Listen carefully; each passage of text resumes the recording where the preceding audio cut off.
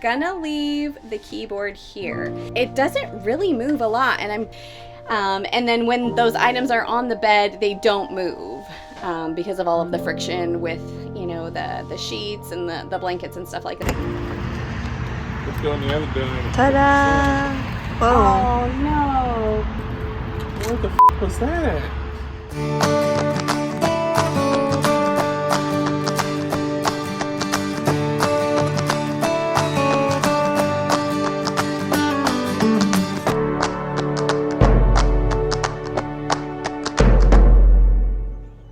It's been a month. We've been here at Reagan's family campground in Madison, Florida. It was the site of the Fulltime Families. There were 85 families here, and now I would say there's probably less than a dozen. We're one of the last surviving people here. Kids are all ready to go. Bernie's ready to go.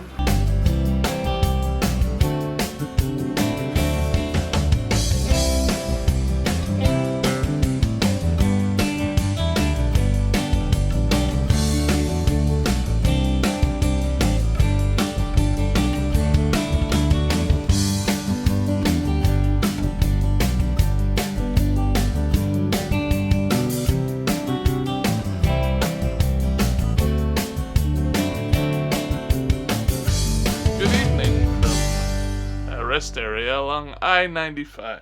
Should have left the hat on. This is real, baby. Yeah, we are road weary for sure. It's been a day. So in true Stevens fashion. In true Natasha fashion.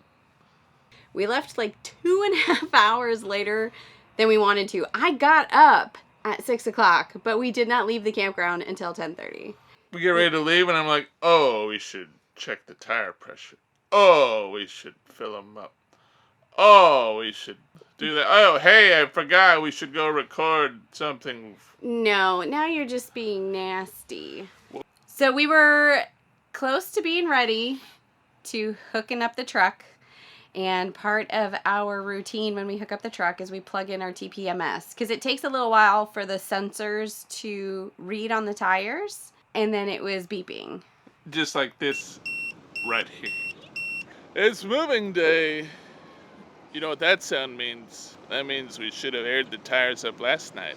But never fear, Natasha is here. If you've seen any number of our videos, you would have seen that we travel around with this Valor portable air compressor. And we have the RV version, so it fills up to 150 PSI. And with the new toy hauler, our new tires have a cold PSI of 110. So that's what we're filling to now. It's gonna get colder the further north we go, so we're gonna have to be checking on this regularly. But luckily, we have a tire pressure monitoring system for that too. And thanks to the very lovely Michael and Shelley of Our Epic RV Adventure, we have some new TPMS gauges to go on our tires now that we have 2 more tires. So I am very diligent about the tire pressure. I'm super paranoid about having a blowout, and knock on wood, we've not had a blowout in the nearly 5 years we've been traveling. So I wanted to take the time to fill up all 10 tires between the truck. 10 tires! Between the truck and the RV. So that probably took about half an hour, 45 minutes. Called the campground we had reservations at Lake Gaston. I could say Lake Gaston. If you're feeling French. And we said, hey, it's going to be dark by the time we get there. And they're like, oh, well, you probably don't want to do that because we really only recommend that RVs under 38 feet come here. And it's first come, first serve. Check no, check no, check no. This does not sound good. No, so we canceled that. We ended up calling. Apparently there's some huge convention going on in Fayetteville, North Carolina, where everything's booked up. And we thought we would stop there because that would be right around sunset and we would still have some sunlight left to park our rig, because we do not like rolling around in campgrounds after dark, especially not with this new rig. Like, we've only moved it, this is the 3rd time now. So, yeah, the Fayetteville was out. Nothing nearby. Nope, so we just kept rolling, and then ended up, we pulled into one rest area, just used the bathroom, that was pretty full, so we're like, well, the next one's 30 miles down the road, and here we are, pulled in, there was some spots. Quite a few, actually. Yeah, and then we opened the door, we're like, oh, we'll just go through the garage.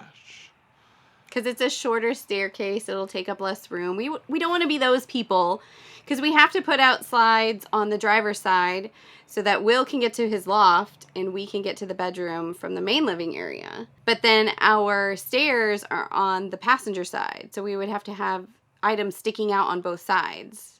Yeah, it's not really neighborly of us, but... I mean, we're between the lines. We parked in between the lines, even with the slides and the stairs out. But still, I mean, you want to be courteous. As of 10:30, it's only us and one other person, and there's like 15 lanes to park in. So, but anyway, check out what we found when we opened the door. Ta-da! Whoa. Oh no! Oh, the equipment fell from the bed. They recording it? I don't know, ask Bella. Dang it! Oh man! 11. Looks like a damn tornado went off in here. That's CPAP made it, and the computer laptop board made it. Yippee!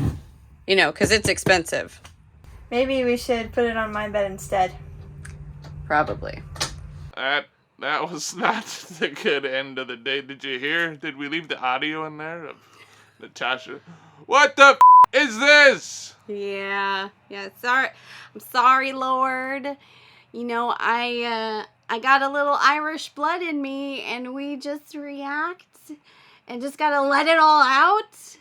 And then I was like, okay, let's put things here, put stuff there, let's pick it up, because Mama's tired. It's not funny. I hope it all works. Laptops fell from we had them on the bed, because every time we've traveled, we've put them on the bed. And they've been Everything's been fine, and now we come in and there's laptops that have fallen from the bed that's in the highest position possible, have fallen onto the floor. Yeah, and not just our personal laptop that we use for editing, that was just fixed, but also my work laptop. Whoopsie. Oy, and all of the things, my keyboard, my mouse, my headset, everything. Kid's full 88 key keyboard.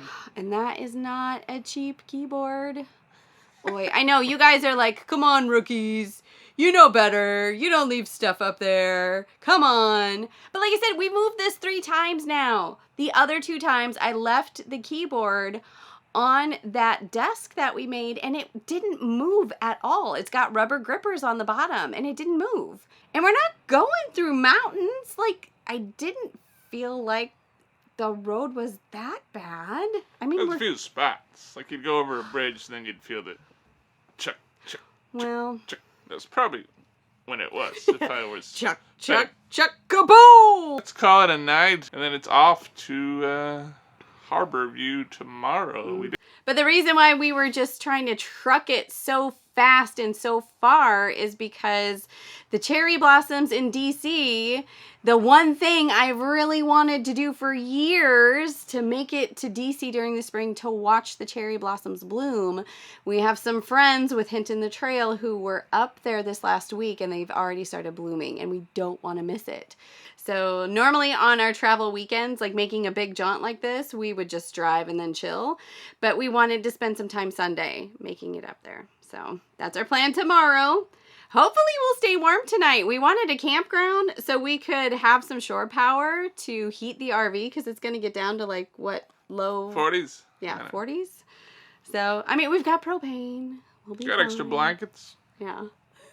I got a little battery pack for the CPAP over here. I just learned that I have to turn the tank heater off so that it lasts through the night. But Good morning.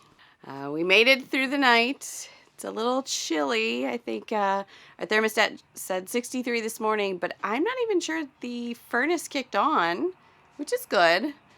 We're really just rolling out of bed, getting dressed, and getting on the road. We're not even washing up, but we always travel with baby wipes. So that's how I'm going to clean my face. So clean all of the sleepies out of the eye. But it's time to get ready to roll.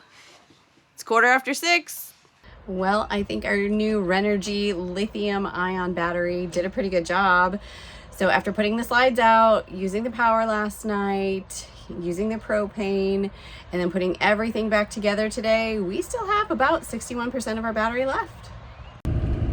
This rest area was great. They not only had trucker parking and car parking, but they had separate car and trailer parking. So there was plenty of room for all. Perfect place to stop. Then we don't wake up with the guilt of, we were within our lines. There's always a taboo of putting your slides out. We have to if we want to sleep. That's right.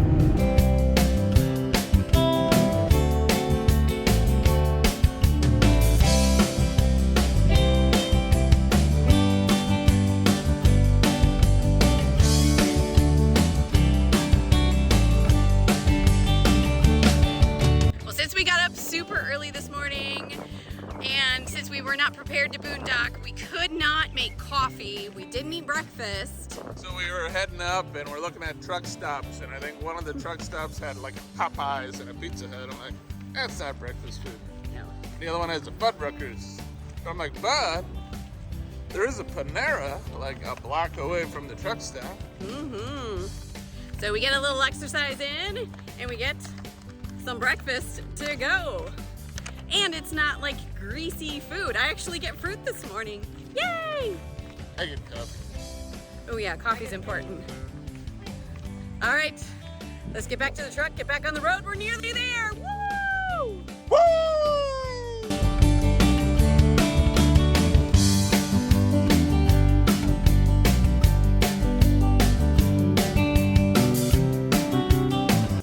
We made it to our spot in Harbor View, Thousand Trails, in Colonial,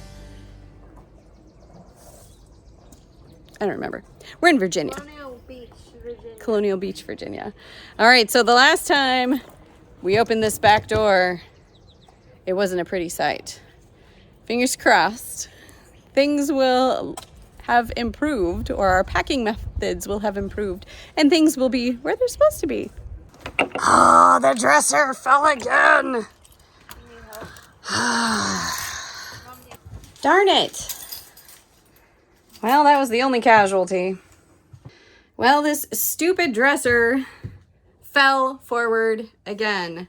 This one doesn't move. And I don't know if it's because it's on like a north-south wall versus an east-west wall. We're gonna have to figure out some way to secure that, because that can't keep happening. We're gonna end up with some busted stuff. So we're gonna see if we can get her picked up. Hopefully she's fine. Oy. Well, room number 1 was not a total loss. Let's check Bella's room number 2, where we stashed all of the electronics. Everything stayed in place. See? This is why we typically travel with things on the bed, and we thought Happy Jack bed would be no exception, but we learned that is not the case, so everything is going to remain here going forward. Success!